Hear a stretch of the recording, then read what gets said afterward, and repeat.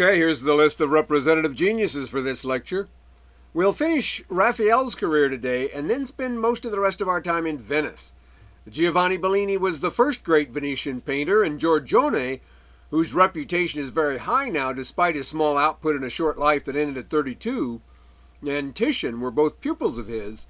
Titian was, of course, one of the real giants of the age and produced dozens of masterpieces over a nearly 90-year-long life. Tintoretto was his pupil and painted some of the most startling pictures of the 16th century. We'll also hear about Ludovico Ariosto, the most important Italian poet of the 16th century, and Castiglione, whose Book of the Courtier, Il Cortegiano, defined proper aristocratic behavior for a century and more. And we'll hear the music of, among others, Giovanni Gabrieli, the most important Italian composer since Francesco Landini in the 14th century. So last time at the end of the lecture, we were looking at Raphael's frescoes in the Stanza, the papal apartments in the Vatican Palace. Raphael had been hired by Julius II to do that work, and Raphael also painted his portrait, which we saw. Probably shortly before his death, Julius also commissioned Raphael to paint an altarpiece for the Church of St. Sixtus in Piacenza, a church dedicated to the patron saint of his uncle Sixtus IV, of whom, as we've seen, he was very fond. It is now in the Dresden Gallery, where you see it at the end of this corridor.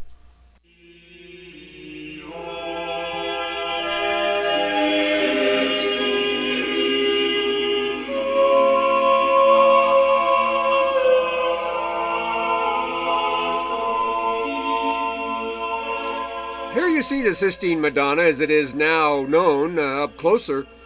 And that is the great Julius at the left, who would, if he is in heaven, be a powerful friend to have, though there are some who have expressed doubt about his having been great in the virtues required for admission there. In Thomas More's play, Julius Exclusus, or Julius Left Out, St. Peter notices the bloody armor under his robes, the liquor on his breath, the lipstick on his collar, and bars his way. But I picture Julius saying, "I may have blood on my hands, but I never denied the Lord. Let he who is without sin bar my way."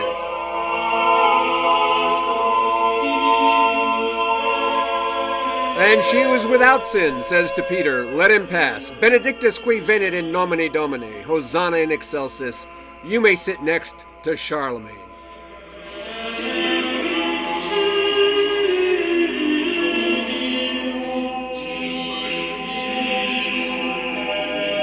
I take the gesture he's making here to be one of intercession on our behalf, in fact. Julius isn't merely shown adoring the Virgin like most self-righteous donors in such pictures who couldn't care less about us. He is himself, in effect, introducing us to the Virgin and her child.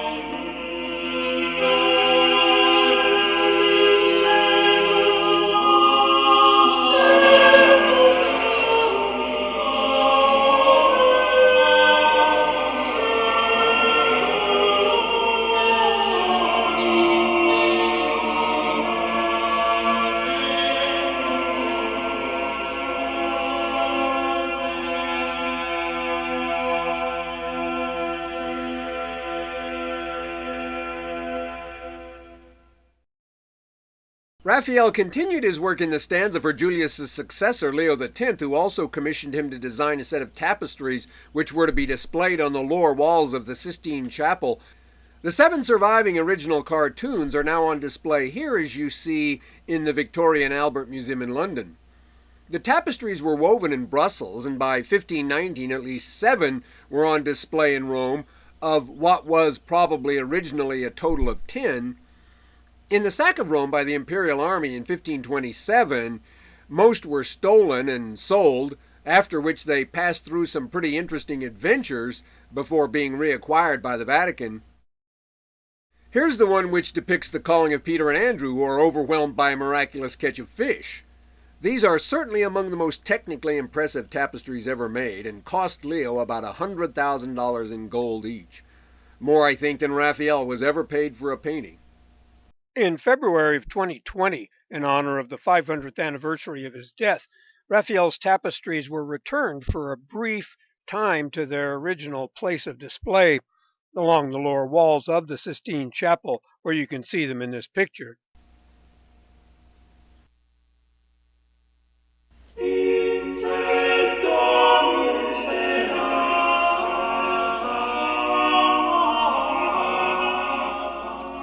This now is The Raising of Lazarus by Michelangelo's friend Sebastiano del Piombo, who probably painted the portrait we saw last time of Clement VII, whom you'll remember succeeded the short-lived Pope Adrian in 1523, who had himself succeeded Leo in 1522. When Clement was still Cardinal Giulio de' Medici in 1518, he commissioned this from Sebastiano and the Transfiguration from Raphael in a kind of contest with the winning picture, some say actually both, to be sent to the Cathedral of Narbonne in France, of which Giulio had just been named Archbishop by his uncle Pope Leo, though he was never to even visit the place. We also heard last time that Michelangelo didn't like Raphael, and there are surviving drawings by him which clearly indicate that he helped Sebastiano, and the poses of Jesus and Lazarus certainly recall the creation of Adam scene from Michelangelo's Sistine ceiling. The two pictures were displayed side by side for some time in Rome, and although Raphael's Transfiguration is now regarded as one of the greatest pictures of the Renaissance and Sebastiano is all but forgotten, it was not clear to their contemporaries that Raphael had won the contest. The Raising of Lazarus was sent to Narbonne, and Sebastiano was eventually appointed keeper of the papal seal after Giulio had become Pope Clement. However, Giulio kept the Transfiguration himself, which argues that the contest, if it can be called that at all, was no worse than a draw for Raphael.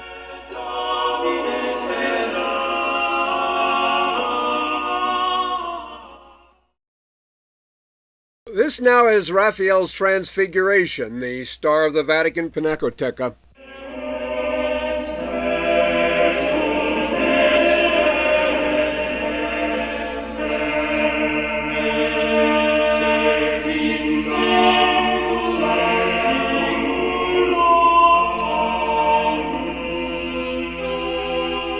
The consensus among scholars today is that this is all by Raphael, though it has long been held that the lower half of the picture, with its more melodramatic and mannerist character, was done by his associate Giulio Romano, an important artist in his own right. Assuming that the more modern view is correct, what Raphael has done is to graft the episode which follows the Transfiguration in the Gospel onto the scene of the Transfiguration itself to give it a more theatrical and dramatic quality. Exactly what happened at the Transfiguration isn't very clear from Scripture. Jesus is simply said to have been transfigured in the presence of Moses and Elijah, and the Lord God spoke the only words he speaks in the New Testament, repeating what he said at the baptism, "Thou art my beloved Son, in whom I am well pleased." Immediately following this, Jesus heals a deranged boy, whom Raphael then pictures here, taking artistic license to its limits, as reacting to the Transfiguration. Even without the added emotion of the lower episode, however, this would still be the most theatrical of all Raphael's pictures.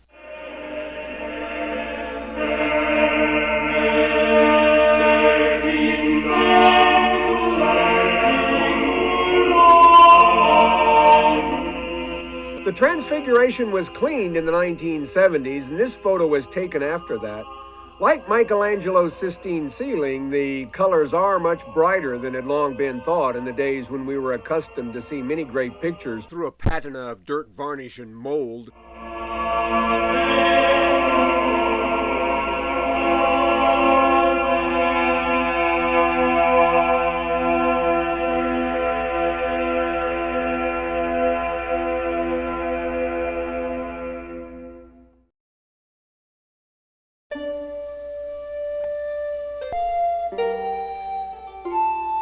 Raphael never married, but this is his portrait of the woman known as the Donna Velata, the Veiled Lady, who is probably actually his best-known mistress, Margherita Ludi.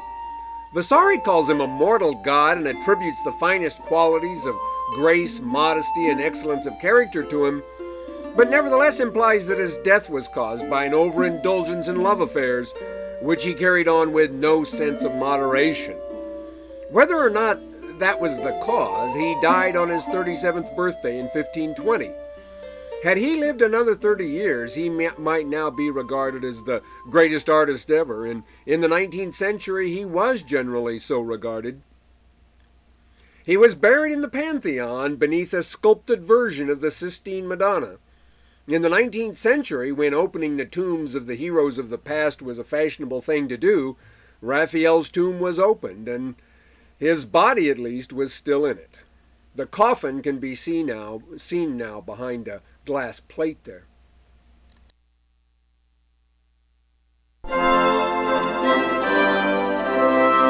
Well, this is Venice now.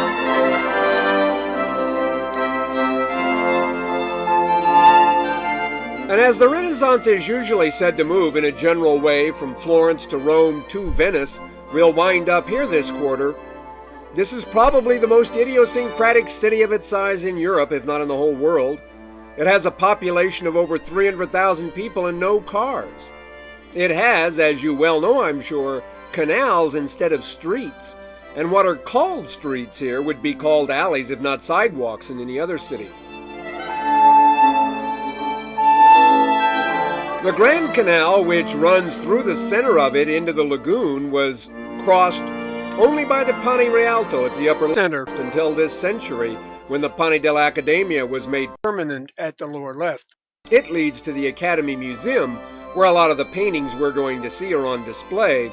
At the right is Piazza San Marco, the heart of the city and one of the most tourist-crowded places in the world.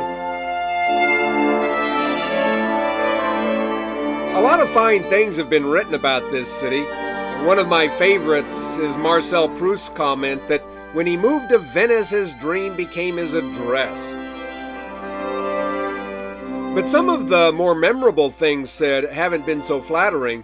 In the 18th century, the uptight Edward Gibbon, author of the greatest history ever written, The Decline and Fall of the Roman Empire, said that he spent a few hours of amazement here, followed by several days of disgust. D.H. Lawrence called it an abhorrent, green, slippery city.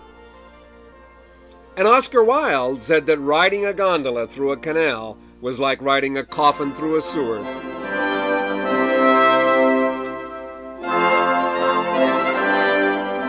But I quote those things because they're funny, not because I agree with them.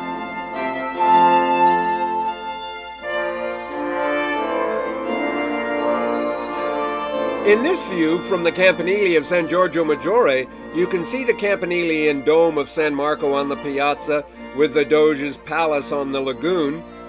We've already heard about some artists who spent at least parts of their careers here: Gentile da Fabriano, Pisanello, and Domenico Veneziano. But the first great Venetian painter who spent essentially his whole life here was Giovanni Bellini.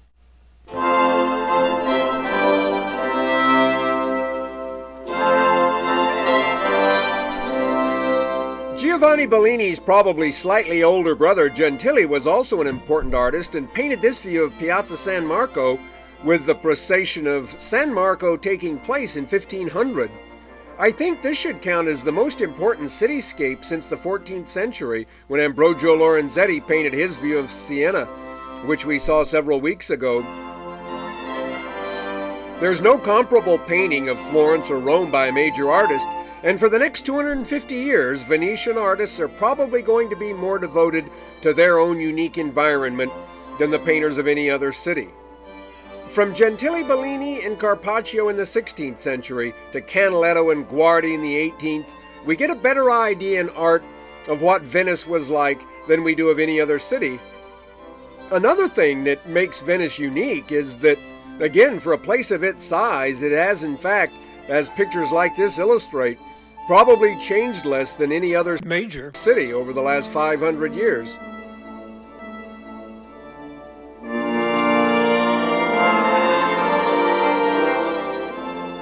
Here's the Cathedral of San Marco, formerly the Chapel of the Doge's Palace as it stands today, looking, as Mark Twain said, like a vast warty insect.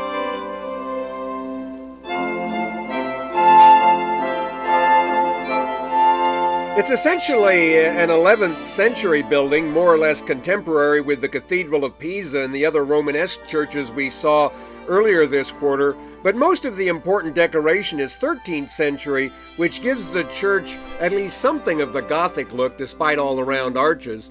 The dome and all the mosaic decoration inside also show the influence of Constantinople. Of the original facade mosaics, only the one over the door at the far left, survives from the 13th century. Here it is up close now, the so-called St. Alypius portal. It depicts what's called the translation of San Marco. When you find the body of a saint, it is said to be invented, from the Latin invenire, to find, and when you move it, the body is said to be translated, from the Latin translatus, which means moved or transferred. In the 9th century, the Venetians, feeling that their patron Saint Theodore was not doing enough for them, stole the body of Saint Mark from Alexandria and installed him as their new agent. This kind of thing was not that uncommon in the Middle Ages, the excuse always being that if the saint hadn't wanted his body to be moved, he wouldn't have let it be. And that's, of course, San Marco itself in the 13th century mosaic over the door.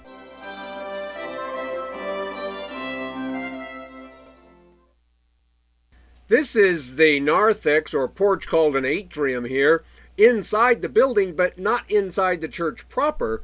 Much of the mosaic work in this section is 13th century, and virtually all of the vault mosaics inside are, and we're going to see just enough of it all to give you an overall impression of this church, which has been called the most somberly impressive in all Christendom. And here a piece of music. This will be a canzona, an instrumental song by Giovanni Gabrieli called La Spiritata.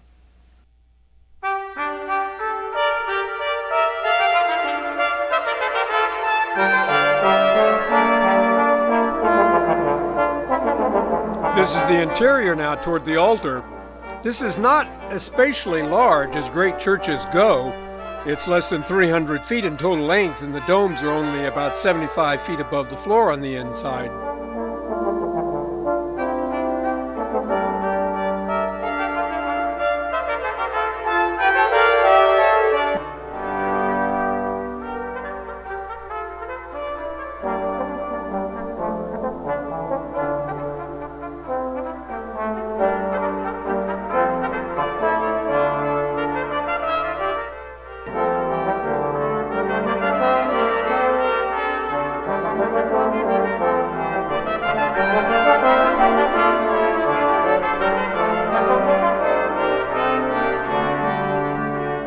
This is the Western Dome depicting Pentecost, and these are 13th century mosaics.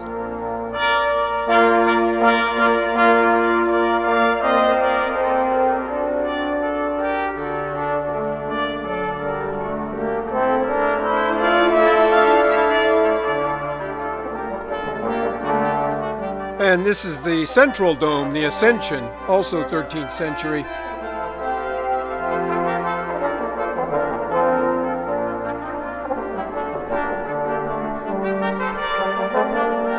In the London National Gallery, this is Giovanni Bellini's portrait of the Doge Leonardo Loredano, who held office from 1501 to 1521. Venice was a nominal republic, but like Florence, a de facto oligarchy. In brief, to participate in the government, you had to be one of those in the Grand Concilio, whose 3,600 members belonged to the old and powerful families in the city. The Doge was chosen in a very complex way, and by the 16th century, he was essentially a figurehead with little actual power. The real government was in the hands of various councils, whose members were chosen from the Grand Concilio by the members thereof.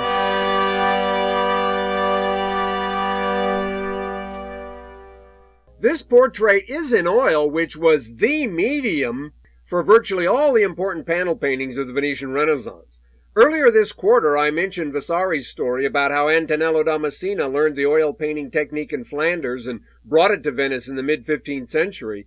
But even if that's an oversimplification, Venice, perhaps because of its more extensive trade connections to Germany in the north, did become the Italian city where oil painting was first widely practiced. The style of this portrait also makes it look like something a Fleming like Jan van Eyck might have painted.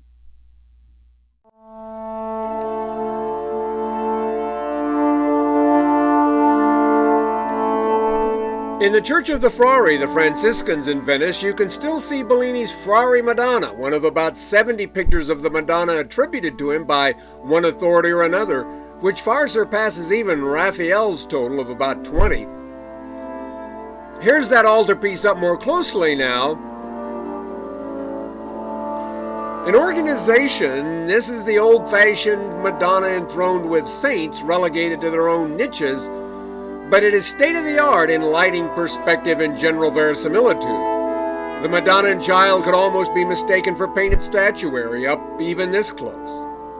There's no real consistency about the use of halos in the 15th century, but the fact that Bellini omits them more often than not also suggests northern, maybe Flemish or German influence. Halos are used less in the north than in Italy. This is the picture by Bellini called the San Giobbe, or St. Job, Sacra Conversazione, now in the Academy Museum. In Venice, many of the Old Testament heroes, like Job here, to the left of the Virgin's throne, are called saints. This, as I said, is called a Sacra Conversazione, but it still has much of the atmosphere of a Madonna enthroned since she's so high above the saints.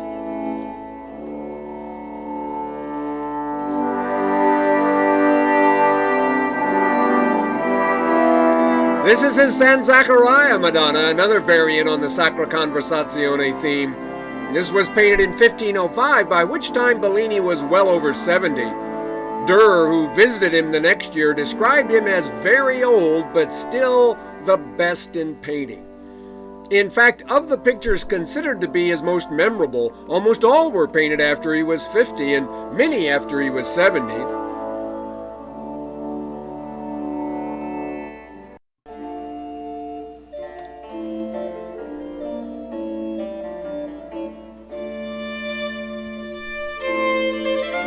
This Madonna, now in the Brera Gallery in Milan, is signed and dated 1510 on the little monument at the lower left, by which time Bellini was about 80.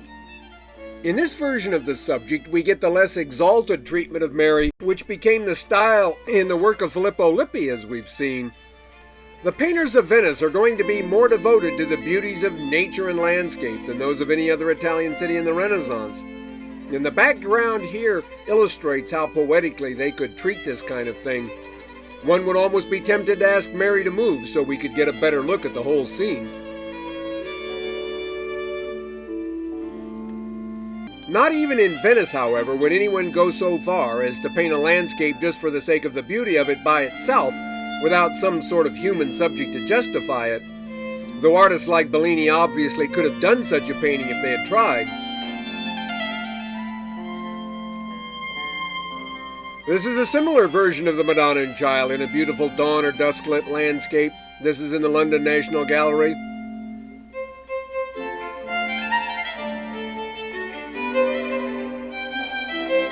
His St. Francis in Ecstasy in the Frick collection comes across as something like a paean to nature, by which among saints he was probably the most affected, taking very seriously the conception that all the world is worthy of reverence, as it is all the creation of God.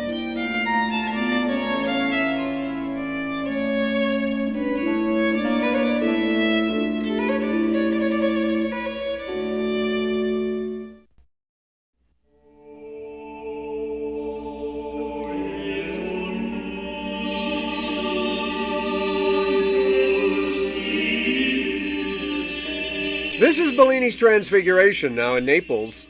Bellini is a typical Renaissance painter in that there is rarely any real emotion or action in his work. His forte is the calm and serene. One would think that perhaps with a subject like the Transfiguration, he might have been a little more theatrical, since even Raphael made this into something pretty exciting. But in Bellini's view, the Transfiguration seems to have been something essentially internal, although the appearance of Moses and Elijah here seems to have startled Peter, James, and John so that they've been knocked flat by their unexpected arrival.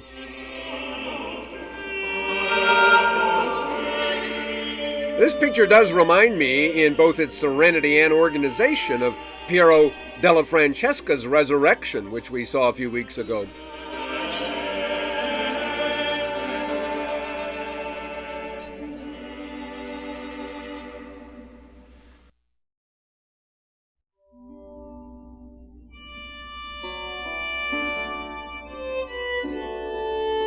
This Venus by Bellini was one of his last works, and he was about 85 when he painted it, Yet I see no sign of any real failing ability.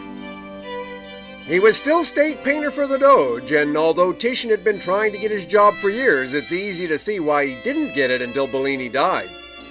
This picture is in the same class as Botticelli's Birth of Venus. It has no didactic or commemorative purpose. It was simply meant to be a nice thing to look at. In other words, it was meant to be a work of art, and some argue that this kind of painting, the painting of art for art's sake, first really became part of mainstream painting in Venice in the early 16th century.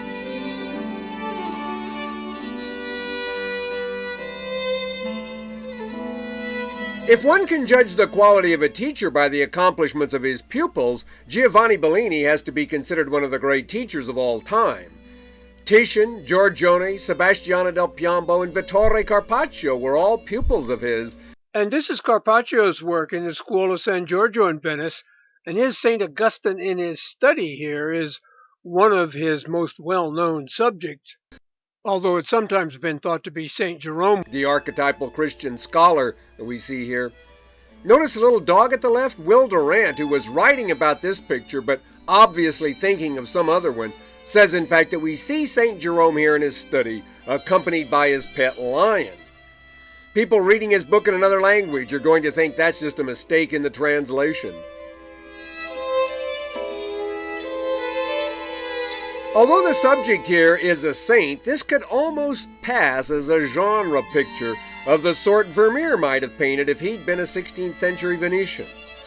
Most of the art here is devoted to a luminous interior lit by one window and to the paraphernalia appropriate to this sort of room, a spacious study that must be the envy of every scholar. The effect, in fact, is to make being a scholar rather than being a Christian look attractive.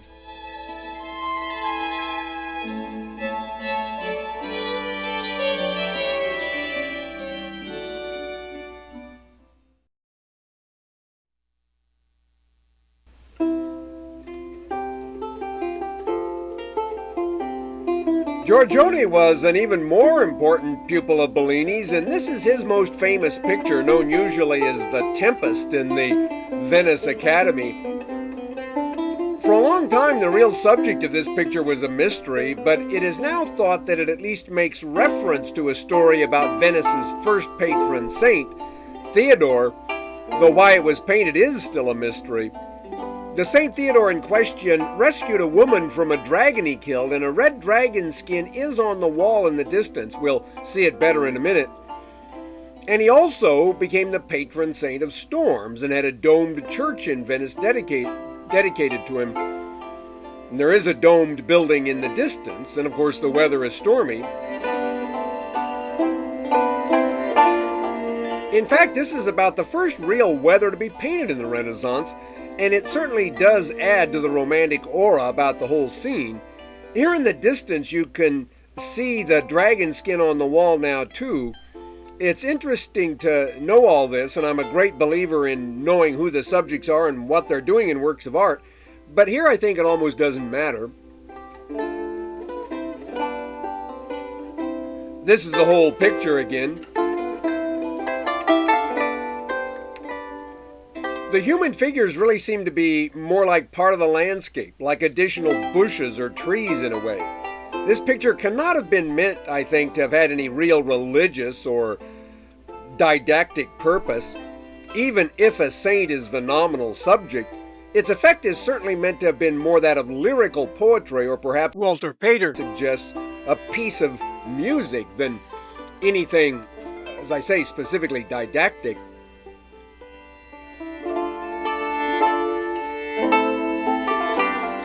This is Giorgione's picture in the Vienna Art History Museum called The Three Philosophers. Again, it's just possible that these fellows are the three magi waiting for sunset to plot their course by the Star of Bethlehem, but it comes across as something more like a genre picture or a biblical subject of the kind which Rembrandt painted.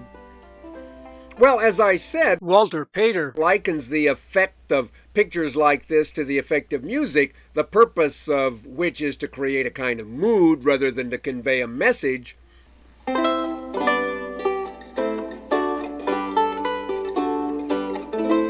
And we're hearing a Pavan by Ambrogio Dalza, who lived in northern Italy most of his life and published his music in Venice. This piece, I believe, was published in 1508.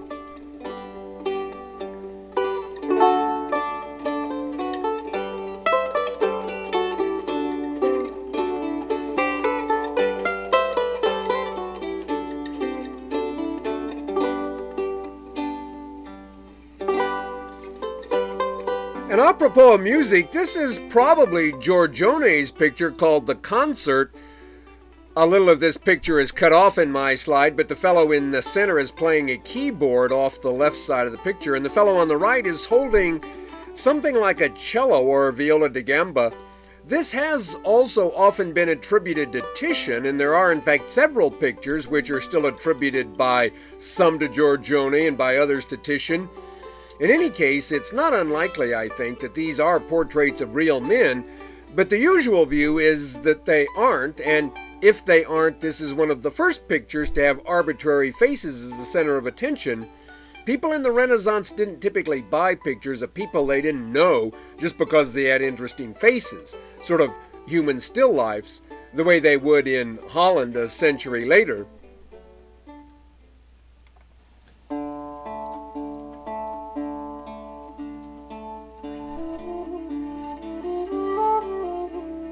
The Dresden Venus, now in the Gemälde Gallery there, is another picture that is sometimes attributed to Giorgione, sometimes to Titian. If Titian didn't paint this, it certainly does seem to have nevertheless influenced his Venus of Urbino, which we'll see later.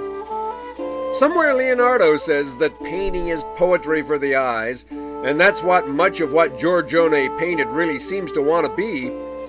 However, Leonardo also says that painting is a more powerful art form than poetry. And the way to prove that, he says, is to put a poem about a beautiful woman next to a painting of one and see which attracts the most attention.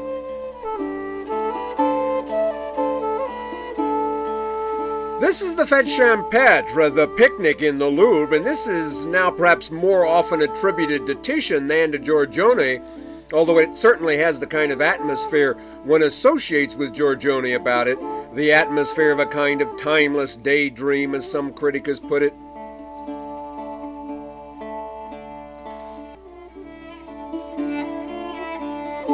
Notice the overcast sky here, because it is, like the one in The Tempest, one of the first ones painted in the Renaissance, and we're all the way up to about 1510. It doesn't make it look like a very good day for a picnic, but it does definitely add to the romantic mystery of the event.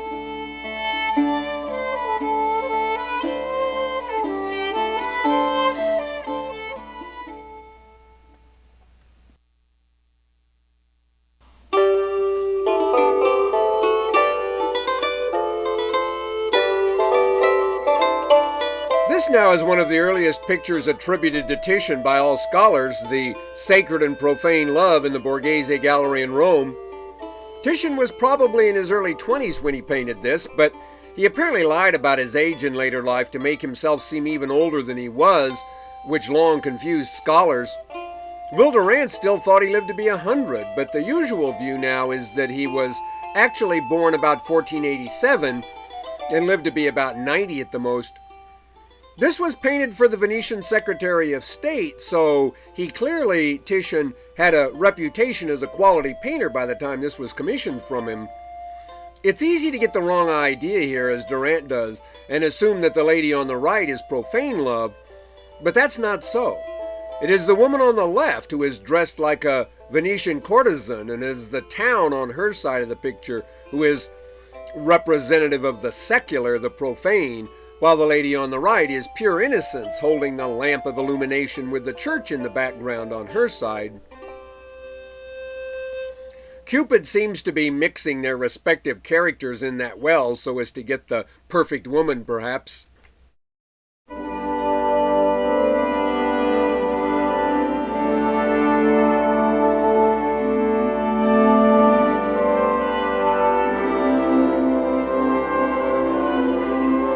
This is the Church of Santa Maria Gloriosa dei Frari, the Church of the Franciscans, or simply the Frari as it's known in Venice. When Giovanni Bellini finally died in 1516, Titian succeeded him as state painter, but little he did in that capacity survives. There were two big fires in the Doge's palace late in his lifetime that destroyed everything he'd done there. And even while he was an employee of the Venetian state, he was often at work on other projects and hard to pin down to his employment in the palace, which says a lot about his status in Venice and the respect with which he came to be regarded there, because few in Venice could snub the government with impunity. At the end of the nave in the distance, you can see the Assumption which he painted between 1516 and 18.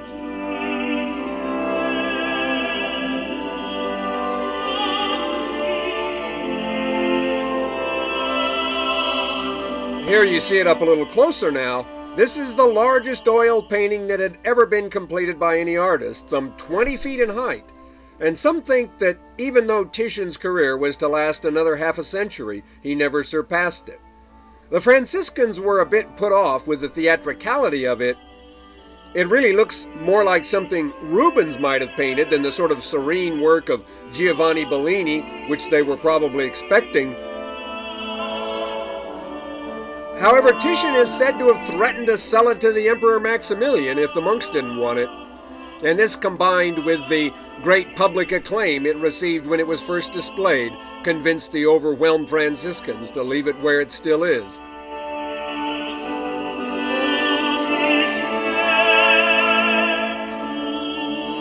Here you see it up close now. Compared to this, most 15th century altar pieces look cerebral and cold. They are, as it were, preaching to the converted. But this produces the kind of visceral impact which could make a Christian out of anybody. While we look at this in still more detail, we'll hear the Nunc Dimittis by Giovanni Gabrieli.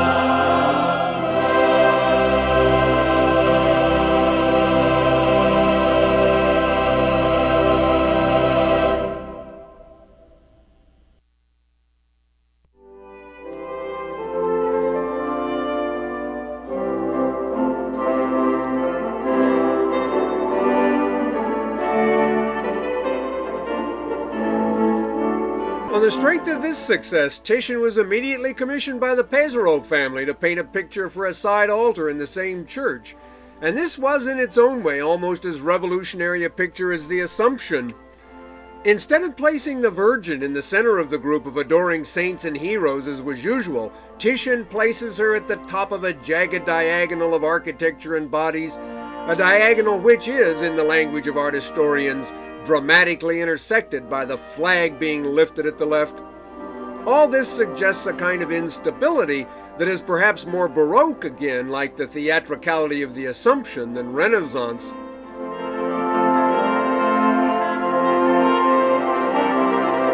The gigantic columns, which seem to support nothing and reach up to heaven itself, do, however, have the effect of stabilizing the composition, it's said. The Pézeros at the lower right seem not really to be part of the picture at all, as though we're to imagine them outside it kneeling on the floor of the chapel, while St. Francis calls the Virgin's attention to their piety. Here you can see some of the Pézeros up closer. Titian's going to become one of the greatest portrait painters ever.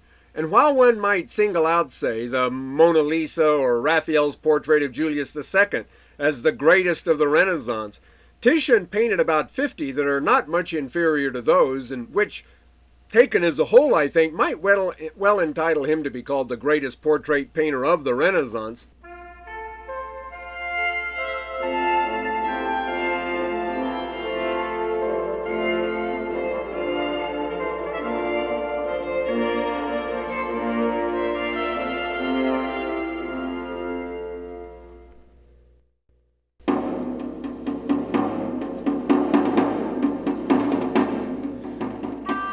This is the 14th century castle in Ferrara, about 75 miles southwest of Venice, built by the same fellow Bartolino da Novara who built the Castello San Giorgio we saw at Mantua not long ago.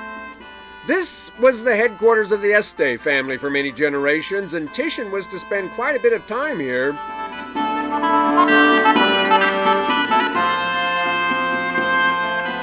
This is the Palazzo Schifanoia, which is more or less the Italian equivalent to Sans Souci, built mostly in the 15th century for Duke Borso d'Este in what was then a park, although now it's in a not-so-good neighborhood and is not in very good shape.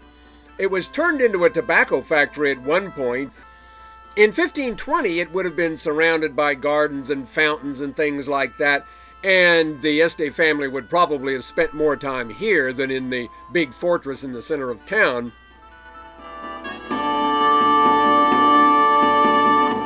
Here's the restored interior as it looks today. It was decorated by Francesco Casa for Borso, and here you can see the latter dispensing justice at the right and riding out among his happy subjects at the left. Borso had no children, and was succeeded by his brother Ercole, who was the father of 3 famous members of the family: Beatrice, who married Ludovico Sforza, Leonardo da Vinci's employer, whom we met in Milan; Isabella, who married Gianfrancesco Gonzaga; and Alfonso, who became the head of the family in Ferrara and who married the notorious Lucrezia Borgia.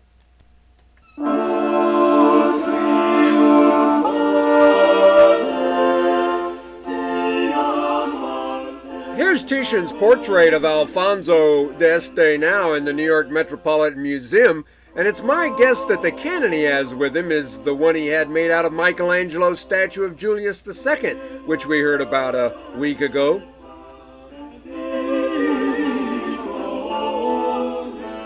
Titian first visited Ferrara in 1516, but made several other trips there in the 1520s and 30s to work on various projects for this very cultivated fellow, world traveler by the standards of the day. He'd been off to England, or did go off eventually, to visit Henry VIII, had a big library.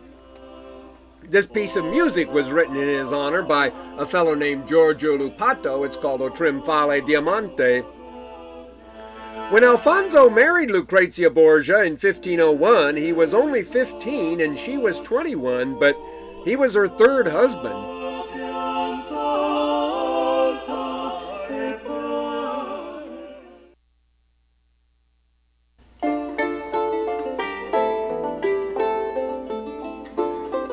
It's believed that this is Lucrezia here, playing the role of St. Catherine of Alexandria in one of the frescoes by Pinturicchio in the Borgia apartments we visited briefly in the Vatican a couple of lectures ago when I was talking about her father, Pope Alexander VI, and her brother Cesare. One would expect any woman, especially the illegitimate daughter of a pope who'd had 3 husbands by the age of 21, to have acquired a certain reputation. But the usual view now is that Lucrezia was more sinned against than sinning.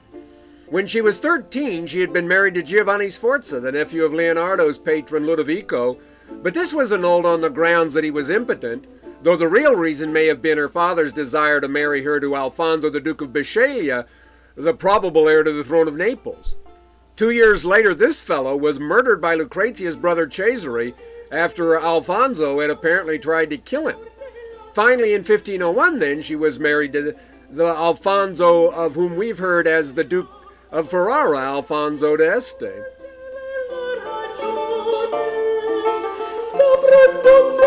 This is her bedroom in the castle at Ferrara we saw earlier. She was accompanied across Italy by an escort of 200 of her brother's cavalry, a dowry of something like $6 million, and 150 mule loads of baggage. There's not much closet space here, but I'm sure they found room for it all. Even early critics of the Borgia lifestyle admit that in Ferrara, Lucrezia now became a model wife to a husband who adored her and by whom she bore a total of 7 children before she died at just 39. Her tomb is guarded by the cloistered nuns of the convent of Corpus Domini in Ferrara as though it were a sacred relic. When I went there to see it, I had to make my request to its invisible custodians through a speaking tube made out of what looked like a vacuum cleaner hose. My Italian isn't very good even face-to-face, let alone through a miniature wind tunnel like that. The main thing I could make out from the other end was that they wanted to know if I was important. I told them I was. I lied and said I taught at Stanford, but they just said, sorry, not good enough. Then I said, but wait, I also give lectures at the Orinda Community Center. Oh, they said, well, come right in. So there's the tomb. H.V. Morton had the same kind of experience, only he found a strange old lady to let him in. Okay, that's where we'll take the break, after which we'll see what Titian did for Alfonso and Lucrezia.